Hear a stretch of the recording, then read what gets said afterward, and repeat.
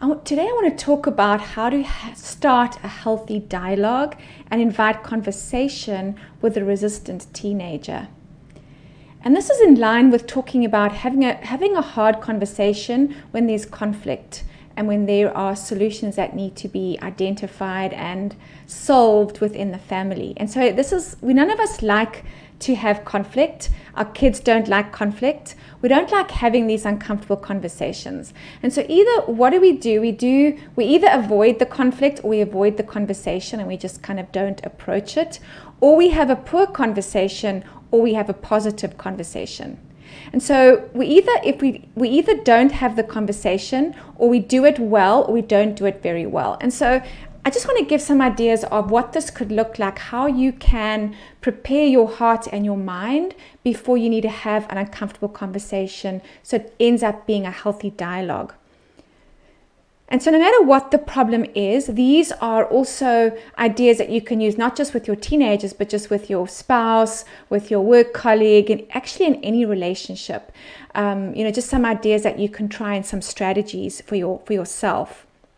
And so what we normally do, let's talk about our teenagers and with our family. Normally what we do is we don't really prepare our conversations. We don't really kind of think about it before we plan a conversation and actually broach the topic. What we normally do is we go straight into it and we have the conversation when our emotions are high, when we're reactive, when we're in a frustrated, stressful state, and our kids are also stressed and emotional. And we know that we can't make rational, logical decisions in this state of mind. And so it never works very well. And so what's important is, if it's a conversation that can wait, normally it can wait, is think about how you're going to approach it when you are calm, when you've thought about it. There's a couple of things, mostly questions I want to ask that are going to help you to prepare to have this difficult conversation. So we need to do the groundwork. We need to prepare the soil of our hearts and our minds, and also prepare the soil, prepare the conversation for our kids as well, so they have more of a positive idea of what this conversation is going to look like. Because they want to feel safe to dialogue with us. And if they're not feeling safe, they're not going to want to communicate with us. And so this is really important, that we put them at ease, knowing it's going to be a safe place for them to share. And you know what your kids are like. You might say, well, when I mention let's talk about something, they either just ignore me, or they go into silence, or they roll their eyes, or they're sarcastic, or they'll say something hurtful to me. And I know you probably know the saying, hurt people hurt other people. Maybe they're hurting you because they feel hurt, or they're trying to protect themselves. And so no matter how they respond, they probably, or they could have a negative idea of how this is going to turn out. And so you want to approach it differently about what it's going to look like. Because you could be having family conversations that are not very positive, and that are poor conversations that end up being, maybe there's blowouts, or the kids leave the room, or what does that look like in your home right now? And maybe it's more of a lecture. Maybe these conversations are more interrogation. Maybe it's more pointing fingers or telling them what they're doing wrong. And so this is kind of where we're at, is you want to put them at ease. You want them to see this differently and be open to trying to have these conversations again, particularly if it has been negative in your home and you have some resistant teenagers. And so when I say doing the groundwork, what's important is I'm going to be asking you two questions to consider, and looking at what is your vision for your family, and where are you wanting to go, like down the road. What do you really want for your family? What does that vision look like? And you can jot down some ideas. Maybe it's, I really want to build relationship. I really want to have a close relationship with my kids. I really want to be able to influence them and be able to relate to them, and they relate to me. Or I really want them to know that they can come and talk to me about anything and feel safe. Whatever that is, what do you really, really want? What are your values? And this comes back to your family values. What do you want to honor in your home? What really matters? And you can maybe think up your top 5 values that are important to you. It might be relationship, it might be your faith, it might be showing your humility, being a role model, whatever those values are, just think about what is really important to you. What do you want to stay true to? Because often what happens is, and what I hear a lot with parents is like, I become the parent I don't want to be. I do things that I don't want to do, that go against my values, because they forget what their values are. They get frustrated in the moment. And then, we blow up and we say things we shouldn't. And we say, but I value relationships. Like, I'm being somebody I don't really want to be. And so this is what happens. And so thinking about what are those values, think about what is my deepest desire? What do I really long for? Like 5 years down the road, 10 years down the road, what do you want family to look like? What's your vision?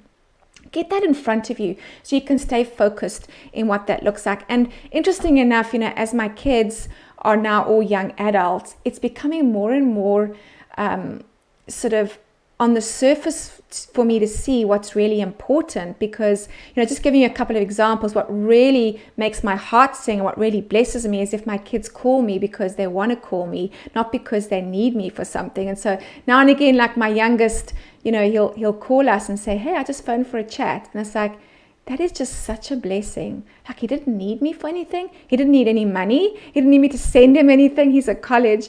And it's like, well, wow, these are just, God gives us blessings without us even deserving it. I mean, could I say because I did everything right? Absolutely not. And so what I do want to say and make this really clear are the coach strategies and ideas I am giving parents, I am, showing parents, are things that I did not do when my kids were teenagers. And so I really want to give you hope, because, God's mercies are new every morning. His faithfulness, are new every morning. And there's always a place to start. There's always hope. And so I get to do these things with my young adults, and it really is blessing me as I practice these coach strategies with them, even though I didn't do them when they were teenagers. And so there's just so much. I want to encourage you that it's never too late to start. You might just think, well, my teenagers are much older. I've messed up. Our relationships are just really poor. I don't know what to do. I'm a bad parent. There is hope. You can start today by doing these strategies, by rather getting curious and just asking them the questions instead of telling them what to do. There's different ways, you can practice these coach strategies. It's not too late. It's absolutely not too late. Just another little example that happened actually yesterday. So yesterday morning, I messaged my oldest son. He got married in January. So I have a lovely daughter-in-law. And I said, hey, do you want to go get ice cream later? Dad and I are free this evening. And so he messaged back, said, well, it's really busy this week. I can't make it this week. And I thought, okay, well, I'll just leave it. That's fine. You're obviously not going to work out. And then about 7 o'clock last night, he calls me. He says, hey, Mom. Hi, Mom. He's always just he's always joking around, full of humor.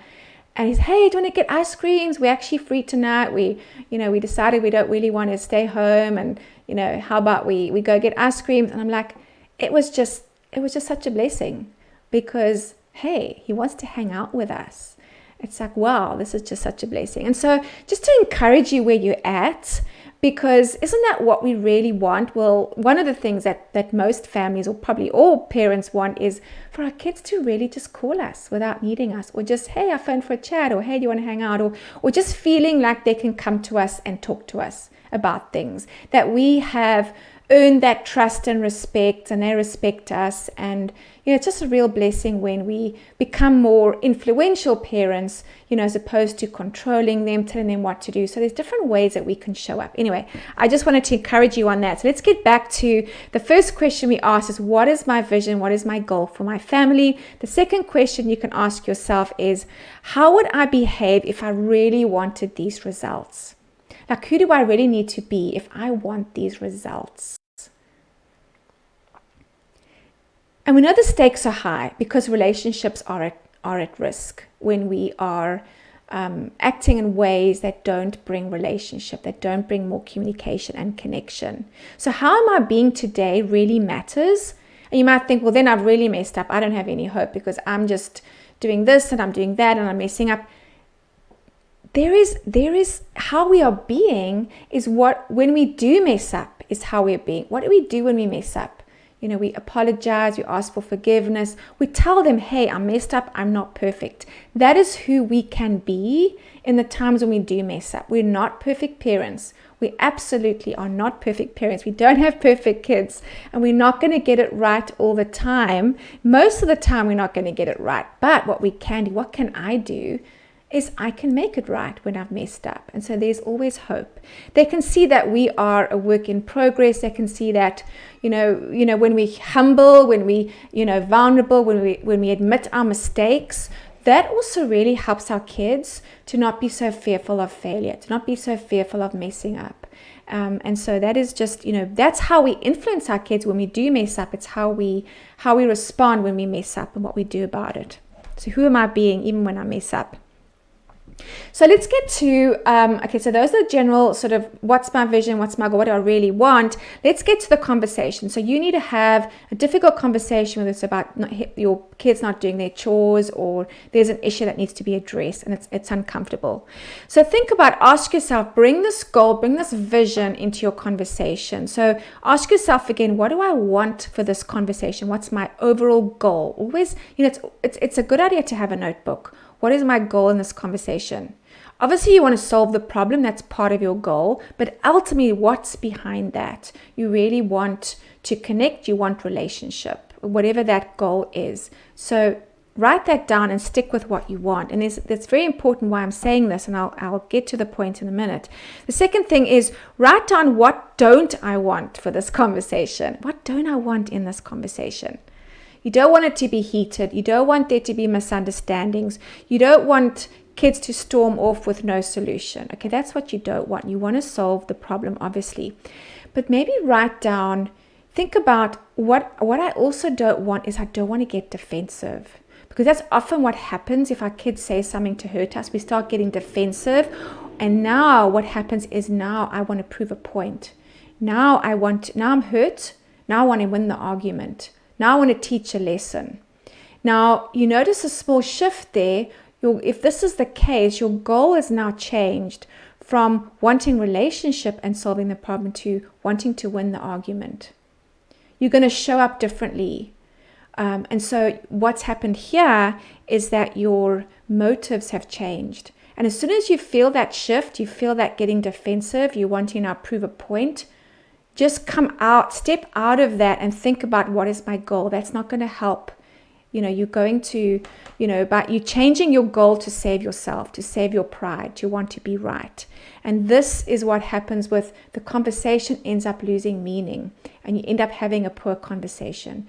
And so this is what happens with us is often our emotions get in the way. We start getting defensive and then our goal starts to shift. So this is the crucial thing, the crucial point I wanted to make. That's why it's so important to have that vision in front of you. What is my goal for this conversation? And what don't I want? Okay, you don't want to shift your goal and you don't want to change your motives because otherwise, you might be winning the argument, but you lose meaning in the relationship. You lose meaning in the conversation and it ends up ending poorly. So with all of this, how do you then approach your teenager who is negative about communicating with you, who has a negative idea of what this conversation is going to look like? You want to put them at ease. You want to make them feel safe. You want to help them. You want to prepare the soil to show them, this is going to be okay. You can be assured to have a safe conversation with me.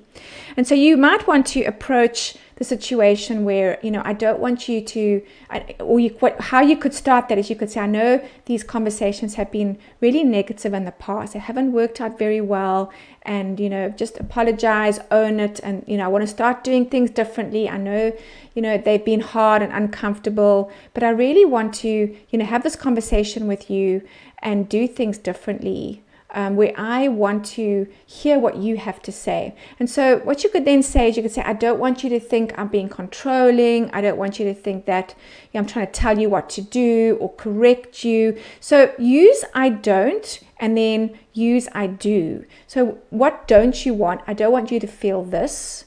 But what I do want is I want us to work this out together. I want us to solve this together because I want relationship. This is what I do want. I want relationship with you. Whatever resonates with your kids, say whatever resonates. So whatever they're afraid of, that's what your I don't statement will be. I don't want you to feel this. Whatever they've accused you of in the past with conversations, bring that into that statement so that they feel at ease. You're really bringing those concerns on the table. You're showing them, I know that these are your concerns, but it's okay, because it's not going to be like that. I want you to feel you can talk to me.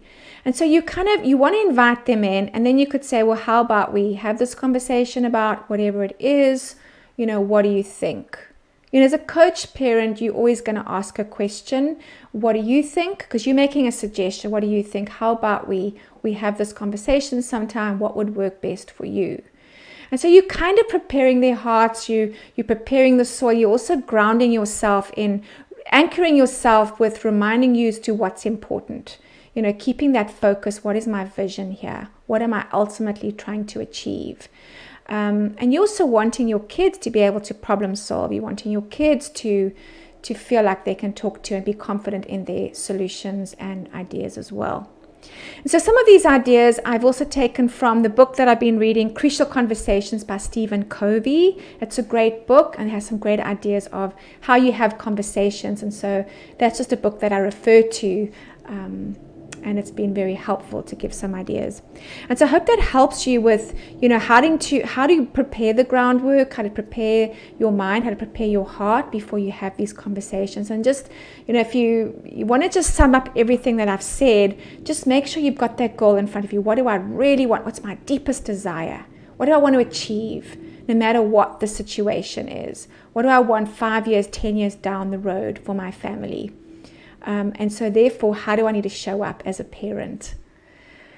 And I hope this has been helpful to you. And, I'm Mandy Frost, academic life coach. I coach students. I also coach parents. And I love having a 3-way partnership. I love communicating with parents as well. And if you have any questions or comments, I would love to hear from you.